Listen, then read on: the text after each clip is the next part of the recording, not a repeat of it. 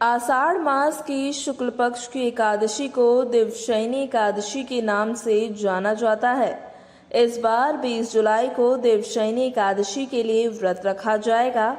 धार्मिक मान्यताओं के अनुसार यह एकादशी बहुत महत्व रखती है, क्योंकि इसी दिन से चतुर्मास की भी शुरुआत हो जाती है, जिसमें कई प्रकार के मांगलिक कार्य नहीं किए जाते हैं।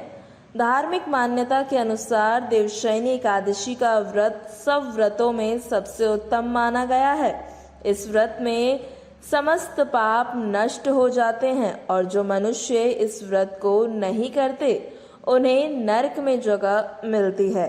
इस साल की देवशयनी एकादशी बहुत ही खास है, क्योंकि इस दिन शुक्ल और ब्रह्म योग बन रहे हैं। ज्योतिष शास्त्र में इन दो योगों को शुभ योग में गिना जाता है। इस दौरान किए गए कार्यों में सफलता की प्राप्ति होती है। इन योग में किए गए कार्य से मान सम्मान, धन संपत्ति की भी प्राप्ति होती है। चलिए, देवशयनी एकादशी के मौके पर हम आपको इस एकादशी से जुड़ी व्रत कथा के बारे में बताते हैं। शास्त्रों में वर्णित एक कथा के अनुसार सतयुग में माधांता नामक एक चक्रवर्ती सम्राट हुआ करते थे, जिसकी चर्चा तीनों लोकों में थी। उनके राज्य में प्रजा बहुत सुखी रहा करती थी। एक बार की बात है, जब उनके राज्य में भयानक अकाल पड़ गया। इस अकाल से चारों ओर त्राही त्राही मच गई। यह देख माधंता चिंतित हो उठे। वह प्रजा की भलाई के लिए आतुर थे, लेकिन अकाल से कैसे मुक्ति पाए, इसकी कोई युक्ति उन्हें सूझ नहीं रही थी। इसके बाद राजा माधांता अपनी सेना के साथ जंगल की ओर निकल पड़े।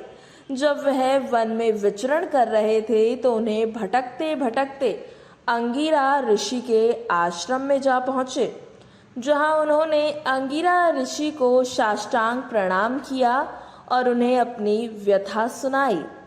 राजा माधांता ने कहा, हे ऋषि, मैं कोई पाप कर्म में संलिप्त नहीं हूँ। प्रजा की भलाई में हमेशा तत्पर रहता हूँ।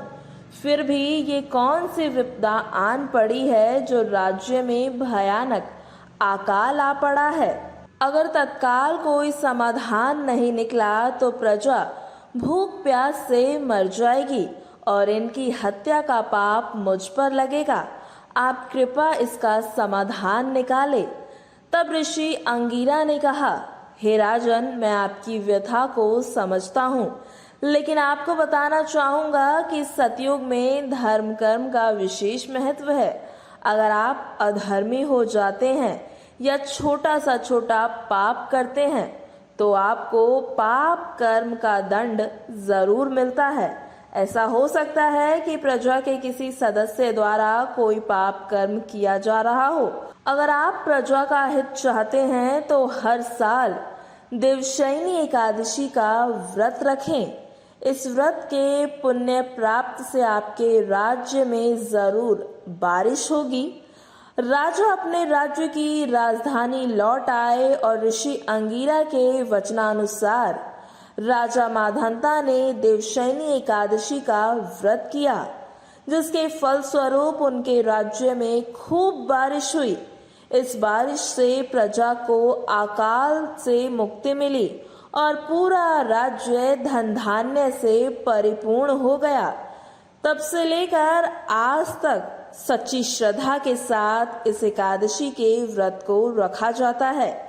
यह एकादशी इसलिए भी खास मानी जाती है, क्योंकि देवशयनी एकादशी से लेकर देवउठनी एकादशी तक हर तरह के मांगलिक कामों पर रोक लग जाती है।